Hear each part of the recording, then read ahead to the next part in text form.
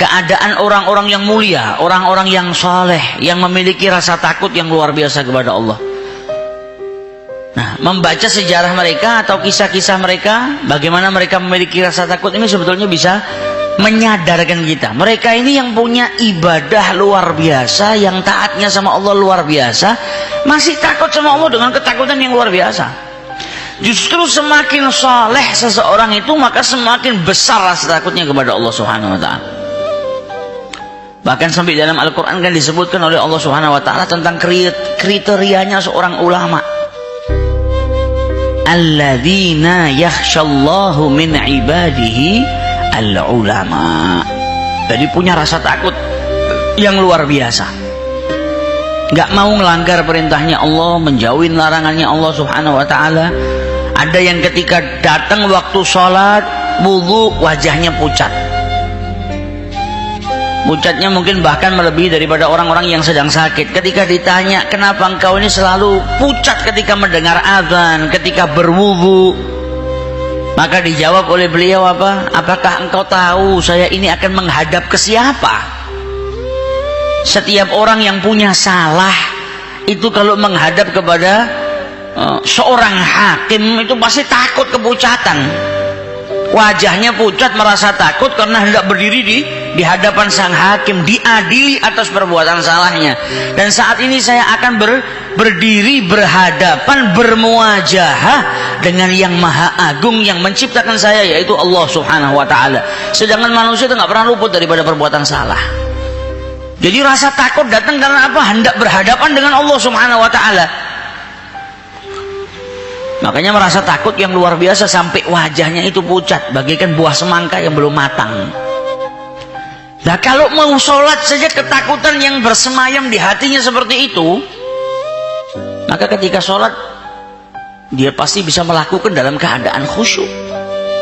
Karena sebelum sholat saja sudah terkontrol dirinya, sudah memiliki rasa takut yang luar biasa. Sebaliknya orang-orang yang nggak takut sama Allah Subhanahu wa taala, oleh karena itu Al-Imam Ali bin Abi Thalib menjelaskan kepada kita, orang yang di luar sholatnya selalu dalam keadaan takut kepada Allah Subhanahu wa taala, maka di dalam sholatnya dipastikan dia dalam keadaan takut kepada Allah. Yang takut kepada Allah bisa sholat dalam keadaan khusyuk. Ketika beliau ditanya caranya sholat khusyuk ini bagaimana, maka beliau jelaskan takut kepada Allah di luar sholat itu menjadikan orang sholatnya khusyuk. Kalau di luar sholat selalu dalam keadaan sadar, dia diawasi oleh Allah, merasa takut dengan Allah, dia jaga dirinya untuk tidak bermaksiat, dia jaga dirinya untuk mengamalkan apa yang diperintahkan oleh Allah Subhanahu wa taala, ya sholatnya insya Allah dalam keadaan khusyuk. Sehingga dikatakan oleh Bakar bin Abdullah Al-Muzni, man ata al-khati'ah wa huwa yadhak dakhalan nar wa huwa yabki. Barang siapa yang berbuat salah kemudian dia tertawa, bukannya merasa takut tapi malah tertawa daripada perbuatan dosa atau perbuatan salah yang dia lakukan, kelak dia akan masuk ke dalam nerakanya Allah Subhanahu wa taala dalam keadaan menangis. Berbuat maksiat bukannya takut tapi malah sombong, tertawa. Bukannya ingat sama Allah Subhanahu wa taala kalau perbuatannya dilarang, tapi dia malah tertawa. Nah, ini orang-orang yang seperti ini bahaya. Sikapnya seperti itu bisa mendatangkan siksa daripada Allah Subhanahu wa taala. Makanya kita harus takut sama Allah Subhanahu wa taala, bukan hanya kepada diri kita saja yang kita takutin, jangan sampai berbuat maksiat, tapi kepada keluarga kita pun sama, kepada orang-orang yang kita sayangi sama. Kalau ada keluarga kita yang berbuat maksiat, kita harus merasa takut, jangan sampai keluarga kita nanti mendapatkan siksa daripada Allah. Kita juga harus merasa takut, jangan sampai anak-anak kita itu terjerumus ke dalam siksanya Allah Ta'ala. Terkadang ada orang tua merasa takut kalau anaknya naik sepeda motor sendiri. Saya takut nanti kalau kecelakaan di jalan, tapi nggak pernah takut kalau anaknya itu berbuat buruk yang nanti mendatangkan siksa dari Allah lebih pedih daripada apa yang kau takutkan ketika anakmu naik sepeda motor. Kenapa anakmu naik sepeda motor kau takut? Saya takut kecelakaan. Kalau anakmu berbuat maksiat, ada yang lebih menyakitkan daripada kecelakaan. Karena ketika orang disiksa, kalau di akhirnya Allah, penyiksaan itu nggak bisa bikin dia mati. Kalau di dunia ada orang merasa kesakitan, bisa meninggal dunia, dan itu kita takutin. Tapi ada siksaan yang ketika orang itu disiksa sama Allah Subhanahu wa taala, dia nggak mati ketika disiksa di akhiratnya Allah Subhanahu wa taala. Nah, jadi harus imbang. Sebagaimana kita khawatir keluarga kita, anak-anak kita merasa takut kalau mereka itu tertimpa musibah atau celaka dan lain sebagainya, kita juga harus merasa takut kalau mereka mendapatkan siksa daripada Allah Subhanahu wa taala atas perbuatan-perbuatan dosa yang mereka lakukan. Jadi jangan kita diamkan, tapi kita ingatkan, kita keluarkan mereka daripada perbuatan-perbuatan buruk yang mendatangkan murkanya Allah Subhanahu wa taala. Dan Syekh Muhammad Mutawalli Sya'rawi beliau menjelaskan kepada kita, kematian itu sunnatullah. Siapapun pasti akan mati. Ada kehidupan, ada kematian. Jadi kematian itu bukan musibah. Kita ditinggal mati orang yang kita cintai, bukan musibah, karena itu sunnatullah, pasti terjadi. Mau orang itu kau cintai, tidak kau cintai, adanya perjumpaan pasti ada perpisahan. Mau itu keluargamu, mau itu sahabatmu, mau itu ayahnya siapapun di muka bumi ini, atau ibunya siapapun di muka bumi ini, pasti akan meninggal. Dan adanya musibah di alam semesta ini, mau bencana, mau itu banjir, maka itu musibah-musibah yang dijelaskan oleh beliau itu bukan musibah yang besar. Tapi musibah yang besar adalah matinya hatimu dari rasa takut kepada Allah Subhanahu wa taala, sedangkan engkau masih hidup di muka bumi ini. Engkau hidup tapi nggak punya rasa takut kepada Allah. Rasa takutmu kepada Allah itu sudah mati. Ini musibah besar. Karena ketika engkau tidak memiliki rasa takut kepada Allah Subhanahu wa taala, engkau akan melanggar perintahnya. Engkau tidak mengerjakan apa yang diperintahkan oleh Allah Subhanahu wa taala. Engkau akan melanggar perbuatan yang dilarang oleh Allah Subhanahu wa taala. Ini yang butuh kita tanamkan dalam diri kita, rasa takut, rasa cinta kepada Allah dan Rasulnya.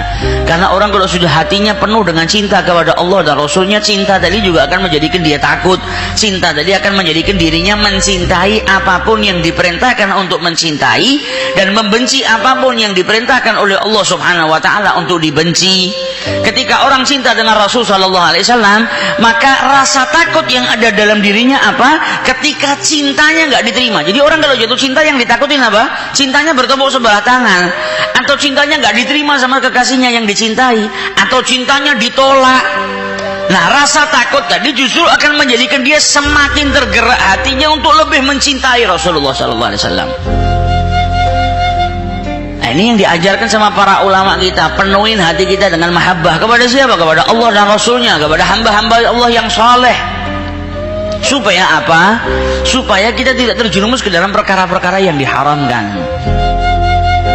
Sebagaimana dijelaskan oleh Syekh Muhammad Mutawalli Sya'rawi tadi, musibah yang besar adalah ketika hatimu mati. Jadi kalau kita nyadari kita ini selama ini nggak punya rasa takut sama Allah, kalau maksiat nggak nyesel, kalau maksiat nggak takut sama Allah, nggak peduli, nah ini bahaya. Berarti kita punya penyakit yang harus segera diobatin. Dan itu musibah yang besar. Karena apa? Karena kita nggak punya rasa takut kepada Allah Ta'ala. Ini musibah. Nah, bagaimana cara kita bisa mengetahui itu? Ya kalau kita nggak hadir ke majelis-majelis seperti ini, kita nggak tahu keadaan hati kita seperti apa. Apakah kita tergolong orang yang takut atau orang yang nggak takut kepada Allah Subhanahu wa Ta'ala. Jadi sifat-sifat seperti ini sifat-sifat yang mulia. Dan dijelaskan oleh para ulama apa, orang yang merasa takut kepada Allah Subhanahu wa taala melebihi daripada apapun yang dia takutin. Jadi takutnya sama Allah nomor satu. Maka seluruh makhluknya Allah akan dibikin takut kepada dirinya. Sebaliknya, orang yang tidak takut sama Allah Subhanahu wa taala, dirinya malah dibikin takut oleh Allah Subhanahu wa taala kepada segala sesuatu. Jadi jangan sampai kita tidak memiliki rasa takut kepada Allah Subhanahu wa taala. Wa qala Ahmad bin Hanbal, Al-Imam Ahmad bin Hanbal berkata, al-khawfu yamna'uni min akli ta'am wasyarab fama ashtahi. Kata beliau apa? Rasa takut kepada Allah Subhanahu wa taala ini sampai menjadikanku tidak punya nafsu makan dan minum. Orang yang punya rasa takut kepada Allah Subhanahu wa taala akan sibuk memperbaiki dirinya, sibuk memperbaiki kesalahannya dengan bertobat kepada Allah Subhanahu wa taala, sampai terkadang nafsu makan minum ini nggak ada. Karena apa? Takut. Sama kayak kita kalau takut kepada sesuatu. Kita habis berbuat salah, kita takut. Maka mau dikasih makanan enaknya kayak apa kan kita nggak nafsu. Kenapa nggak nafsu? Karena ada rasa takut di dalam hati. Nah, Al-Imam Ahmad ibn Hanbal menjelaskan, saya ini rasa takut saya kepada Allah Subhanahu Wa Taala sampai terkadang rasa takut ini menjadikan aku ini nggak nafsu makan dan minum. Karena apa? Sibuk dengan memperbaiki dirinya. Bukan berarti kita nggak boleh makan, nggak boleh minum, tidak. Tapi ini kita ditunjukkan ahwalus shalihin, keadaan orang-orang yang soleh, yang mereka memiliki rasa takut kepada Allah Subhanahu Wa Taala, yang mereka mengisi hatinya dengan mahabbah kepada Allah dan Rasulnya. Karena kalau nggak ada mahabbah di hatinya, jadi nggak mungkin punya rasa takut. Dari mana rasa takut itu datang? Karena hati mereka terpenuhi dengan mahabbah. Syekh Muhammad Said Ramadan Al-Buti menjelaskan kepada kita apa? Manusia itu diberi sama Allah Subhanahu Wa Taala dua hal. Yang pertama diberi apa? Aglan. Yang kedua diberi galban. Manusia oleh Allah Subhanahu Wa Taala diberi akal dan hati. Diberi akal oleh Allah Subhanahu Wa Taala tujuannya apa? Agar bisa memikirkan sesuatu yang menjadikan dirinya tambah beriman kepada Allah Subhanahu Wa Taala. Diberi akal oleh Allah Subhanahu Wa Taala agar dia bisa beriman dengan apa yang diperintahkan oleh Allah Subhanahu Wa Taala untuk diimani. Kemudian oleh Allah Subhanahu Wa Taala diberi hati. Tujuannya apa? Agar hatinya tadi dipenuhi dengan rasa cinta kepada Allah dan Rasulnya. Apakah cukup manusia itu hanya beriman? Beliau jelaskan nggak cukup. Selain beriman, ia harus memenuhi hatinya dengan mahabbah kepada Allah dan Rasulnya. Karena yang menggerakkan dirinya untuk melaksanakan apapun yang diimani, yang menggerakkan dirinya untuk taat kepada yang diimani, yaitu Allah Subhanahu Wa Taala, adalah mahabbah. Karena hati ini punya kerja. Kerjanya hati apa? Mendorong orang yang punya rasa cinta kepada yang dicintai tadi untuk mengerjakan sesuatu yang disukai dan menjauhi sesuatu yang dia tidak suka, yang tidak disukai oleh kekasihnya. Orang yang cinta kepada Allah, cinta itu akan menggiring dirinya untuk apa? Mengerjakan perintahnya Allah, menjauhi larangannya Allah. Orang yang cinta dengan Rasulullah akan tergerak hatinya, digerakkan hatinya untuk apa? Untuk melakukan apa yang dilakukan oleh Rasulullah dan untuk membenci apa yang dibenci oleh Rasul Sallallahu Alaihi Wasallam. Itu kerjanya hati.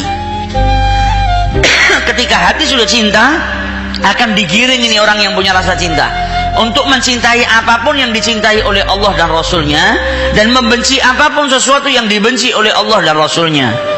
Akan mencintai apapun yang diwajibkan untuk dicintai, dan akan membenci apapun yang diwajibkan baginya untuk dibenci. Iman saja nggak cukup. Iman ini kan artinya percaya. Iman ini kan artinya meyakini sesuatu. Berapa banyak orang Islam yang yakin kalau ninggalin sholat itu dosa. Dia tahu kalau ninggalin sholat itu dosa. Dia tahu kalau dia ninggalkan sholat itu akan mendatangkan bencana dari Allah. Dia yakin dan dia tahu kalau meninggalkan sholat akan mendatangkan hukuman Allah. Apakah keyakinannya itu menjadikan dia sholat? Enggak juga. Banyak orang yang tahu kalau ninggalin sholat itu dosa, yakin akan disiksa oleh Allah Subhanahu Wa Taala, tapi tetap gak sholat. Tapi kalau orang tersebut tadi bukan hanya sekedar beriman, namun hatinya diisi oleh mahabbah yang jadikan dia melaksanakan sholat, akan mengerjakan perintahnya Allah, jauhin larangannya Allah. Jadi kedua hal ini dibutuhkan. Selain beriman, juga mengisi hati dengan mahabbah kepada Allah dan Rasulnya, supaya apa? Bisa ngerjakan apa yang diperintahkan, jauhin yang dilarangin. Contoh, ada orang kena penyakit diabetes lah, atau darah tinggi. Dia tahu makanan ini kalau saya makan menjadikan saya bahaya, saya bisa mati gara-gara makanan ini. Matinya tetap di tangan Allah Subhanahu Wa Taala, tapi penyebabnya ini bisa jadi salah satu penyebabnya untuk dia wafat, meninggal dunia. Ini makanan ini nggak baik, kalau saya makan bisa jadikan penyakit saya tambah parah, kesembuhan saya semakin lama. Oh, makanan ini bikin saya begini-begini. Dia tahu. Ada ilmu yang pernah dia dengar menjadikan dia beriman kepada riset tadi ya, hasil daripada ilmu. Makanan ini bikin gini, engkau punya penyakit ini nggak boleh makan ini, karena makanan ini kalau kau makan bisa jadikan kau tambah parah. Nah, dia beriman dengan apa yang dijelaskan oleh dokter lah. Tapi apakah itu jadikan dia ninggalkan? Ya enggak. Terkadang ada orang punya penyakit diabetes, parah diabetesnya, masih minum gula pasir, ya masih makan nasinya banyak, padahal tahu dia kalau itu semuanya madarat bagi dirinya. Karena tahu saja nggak cukup, yakin saja, iman saja nggak cukup. Tapi kalau sudah ada mahabbah di hatinya, dia sadar kesehatan itu mahal, dia sayang dengan tubuhnya, dia kepingin jadi orang yang sehat, sudah ada mahabbah, dia tinggalkan. Begitu juga dengan kita, diberi akal sama Allah Subhanahu wa ta'ala, kemudian diberi hati sama Allah Subhanahu wa ta'ala. Karena hati ini nggak bisa dicampurkan antara mahabbah kepada Allah dan Rasulnya dengan hubbud dunia, dengan hubbus syahwat, nggak bisa. Imma dipenuhi dengan cinta kepada Allah dan Rasulnya yang menjadikan dirinya itu mencintai sesuatu yang diwajibkan untuk dicintai dan membenci sesuatu yang diwajibkan untuk dibenci, atau sebaliknya, kalau hatinya nggak dipenuhi dengan cinta kepada Allah dan Rasulnya, akan diisi dengan cinta kepada syahwat, cinta kepada perkara-perkara yang diharamkan oleh Allah Subhanahu wa ta'ala, cinta kepada perbuatan maksiat, cinta kepada dunia. Oleh karena itu kadang ada orang seperti orang-orang yang bermaksiat, karena mahabbahnya kepada maksiat, mahabbahnya kepada dunia. Pencuri itu sadar, kalau saya mencuri kepegang saya bisa mati, digebukin sama orang. Pencuri itu sadar, kalau saya nyuri ini ketahuan KPK, saya akan dipenjara sekian puluh tahun. Dia sadar. Kenapa tetap dilakukan? Karena dalam hatinya ada mahabbah kepada dunia tadi, mahabbah kepada harta yang menjadikan dia itu tidak mikirkan resikonya. Mau dipenjara, mau kepegang, digebukin masa sampai mati, saya tetap harus mencuri. Karena apa? Hatinya tadi dipenuhi dengan mahabbah kepada dunia. Mahabbahnya tadi yang gerakkan dirinya untuk melakukan perbuatan maksiat. Padahal dia tahu resikonya, kalau kepegang penjara lama, kalau kepegang bisa dikeroyok masa mati. Tapi mahabbah yang gerakkan. Nah, bagaimana kalau orang yang mahabbahnya kepada Allah dan Rasulnya akan digerakkan untuk mengerjakan apa yang diperintahkan oleh Allah dan menjauhi apa yang dilarang oleh Allah Subhanahu wa ta'ala. Maka sifat-sifat mulia seperti itu dibutuhkan. Saya nggak perlu takut sama Allah, ibadah sama Allah, kenapa kok takut? Nah, kalau hatimu kosong dari rasa takut, ya nggak sempurna. Tapi sifat-sifat tadi yang bersemayam di hati manusia, takut kepada Allah. Kau kenapa tidak berbuat seperti ini? Takut kepada Allah. Takut tadi akan takut, ini sifatnya kekasih, seorang kekasih. Seorang kekasih itu yang paling ditakutin apa? Kalau cintanya nggak diterima sama kekasihnya, takut kehilangan kekasihnya. Bayangkan orang yang jaga dirinya takut kehilangan Allah. Lah Allah apa bisa hilang? Allah nggak hilang, tapi dirimu hilang bisa. Kau kehilangan Allah, maksudnya engkau tidak lagi dekat dengan Allah Subhanahu wa ta'ala. Maka seorang kekasih dia takut kehilangan kekasihnya, maka berpegang teguh kepada sesuatu yang diperintahkan dan apa yang dilarang dijauhkan. Supaya apa? Supaya dia tidak kehilangan kekasihnya. Nah, itu manfaatnya kita punya sifat-sifat mulia, agar menjadikan diri kita lebih dekat dengan Allah Subhanahu wa ta'ala.